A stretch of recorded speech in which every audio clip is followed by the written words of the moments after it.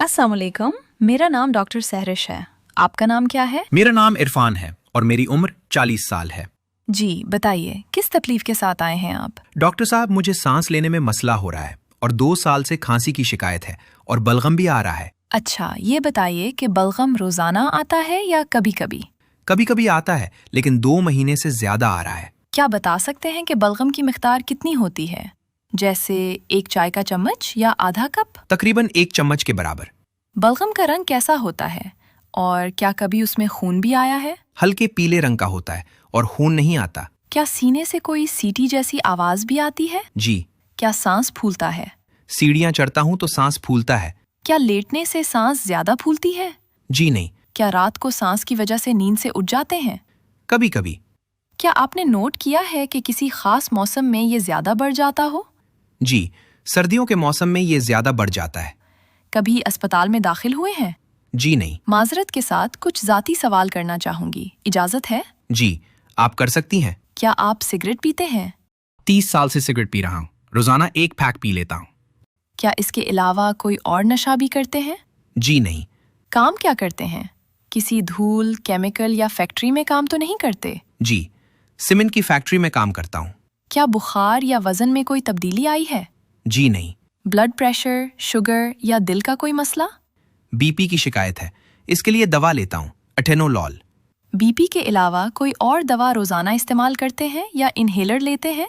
जी, सैल्ब्यूटामॉल inhaler लेता हूँ। घर में किसी और को सांस का मसला है या कोई सिगरेट पीता हो? जी, बेटा सिगरेट पीता है। कोई टेस्ट करवाया या किसी डॉक्टर को दिखाया? जी नहीं। देखें, मुझे लगता है कि आपको COPD है।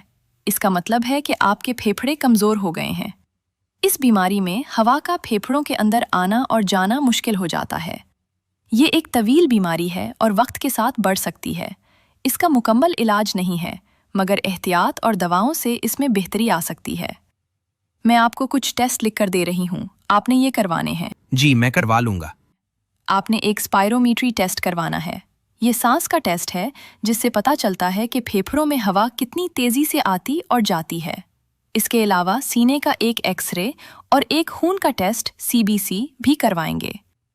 मैं आपको मशवरा दूंगी कि आप सिगरेट नोशी मुकम्मल तौर पर तर्क कर दें, क्योंकि अगर आपने ये नहीं छोड़ी तो दवाओं का असर भी नहीं होगा।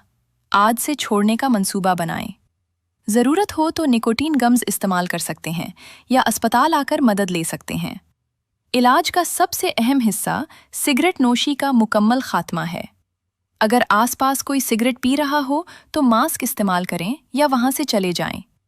सीमेंट की डस्ट फेफड़ों को मजीद नुकसान देती है, इसलिए हमेशा N95 या मुनासिब इंडस्ट्रियल मास्क पहनकर काम करें। मास्क रोज साफ करें या तब्दील करें और जहां ज्यादा धूल हो वहां कम वक्त गुजारें। मैं आपको एक इनहेलर दूंगी जिसका नाम कॉम्बीवियर 200 माइक्रोग्राम्स है। ये आपने एक पफ सुबह और शाम लेना है।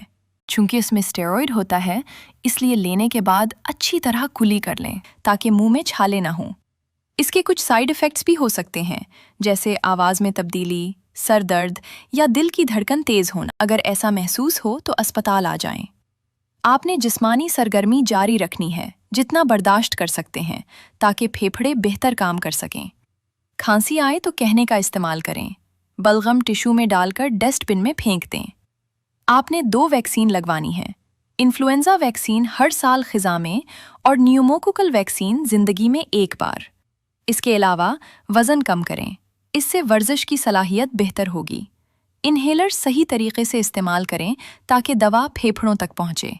मैं आपको इसका तरीका भी बता दूंगी। क्या आपको मेरी बात समझ आ रही है?